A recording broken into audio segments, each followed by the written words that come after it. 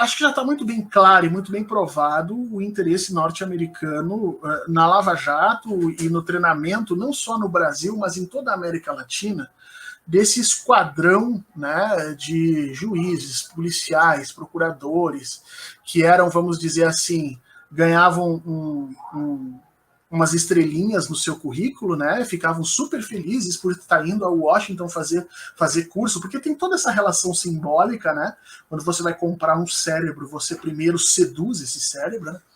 Então, tem todas essas questõezinhas e essa galera foi para os Estados Unidos, de todos os lugares da América Latina, fazer esses cursos de combate à corrupção, ao narcotráfico, ao terrorismo, e na realidade não se deram conta, ou não quiseram se dar conta, ou se deram conta mesmo e se deixaram utilizar, que em realidade eles faziam parte de uma estratégia maior norte-americana de aprofundar as suas relações dentro das institucionalidades desses países, com o objetivo de ali adiante, talvez, mexer os seus pauzinhos e proporcionar alguma vantagem geopolítica específica para os Estados Unidos. Até aí eu não discuto, isso existe, isso não é novo, isso já é descrito no Brasil, por exemplo, desde que foi criada a Escola das Américas, na América Latina, desde que foi criada a Escola das Américas, os norte-americanos trabalham da mesma maneira. A Escola das Américas, todo mundo sabe, é uma escola militar criada na América Central, que supostamente iria treinar os militares da América Latina nas táticas de guerra contra a insurreição, contra o inimigo interno, e da Escola das Américas saíram grande parte dos militares golpistas por toda a América Latina. E era interessante que os caras iam fazer os cursos na Escola das Américas, voltavam com um distintivozinho ridículo, né, tendo participado do norte-americano e tal, e por causa daquele distintivo eles eram promovidos mais rápido do que os seus congêneres, os seus colegas que não tinham participado disso. Então, no fundo, essa utilização das instituições, né, acabava implantando novas ideias e novos valores que aos poucos iam disseminando-se dentro das próprias instituições à revelia dos interesses nacionais. Sempre isso aconteceu. Agora, com relação à Lava Jato, eu tenho para dizer para vocês, em virtude do que nós estamos vendo no Brasil hoje, tá? De que ela tem muito mais condicionantes em função das nossas elites, dos interesses das elites brasileiras, do que do interesse externo norte-americano. Veja, o interesse externo de uma potência como os Estados Unidos existe em todos os lugares do mundo, em todas as coisas. Tá? Por isso eles são superpotência. Alguma coisa vai acontecer, sei lá, no Turcomenistão, e certamente há interesse norte-americano em saber o que é aquilo, como é que aquilo se organiza, de que forma eles podem aproveitar aquilo em favor do seu país. Muito mais na América Latina, embora já tenha havido vários momentos em que o interesse norte-americano pela América Latina era baixíssimo. Tá? Então, só dizer, mas há interesse norte-americano não é suficiente para você dizer que a Lava Jato foi pensada, organizada, articulada, centralizada fora do país.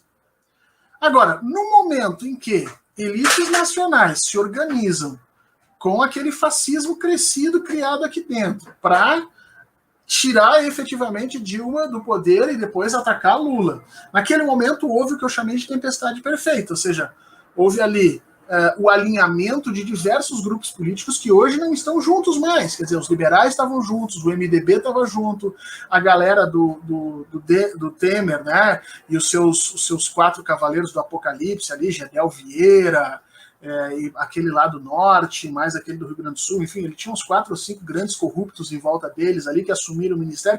Aquela galera estava junto com o PSDB de Aécio, estava junto com o PSDB de São Paulo, com o Serra e Alckmin, que estava junto com o MBL, que estava junto com o Rede Globo, que estava junto com a Fiesp, com os bancos, enfim, foi uma tempestade perfeita, com os fascistas raízes, de fato, né?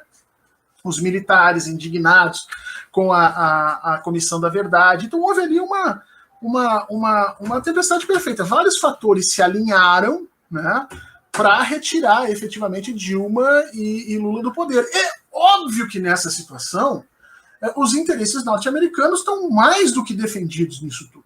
E eles vão entrar junto naquilo ali. É para tirar? Maravilha, pode fazer. Agora, eu ainda tenho minhas dúvidas e a pergunta é exatamente essa, né? Se o projeto da Lava Jato, da forma como aconteceu, foi pensado fora do país. Eu acho que não. Acho que ele foi pensado aqui dentro. se aproveitou-se disso, os Estados Unidos se aproveitaram disso, se aproveitaram que nós temos elites vendidas, elites completamente submissas, culturalmente submetidas, né, para fazer o jogo deles. E mas, Fernando, por que você está falando tudo isso? Porque eu acho ainda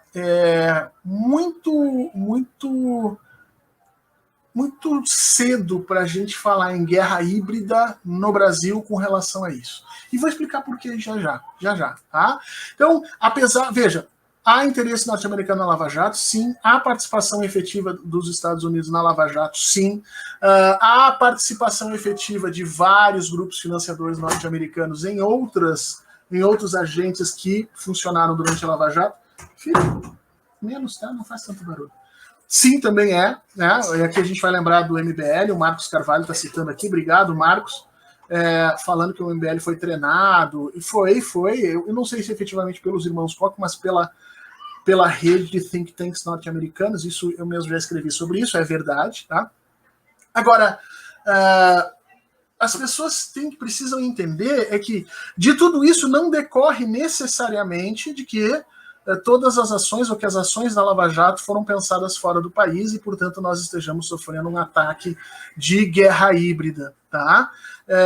E aí é que eu acho que às vezes a gente acaba vendo mais do que aquele agente tem condições de fazer.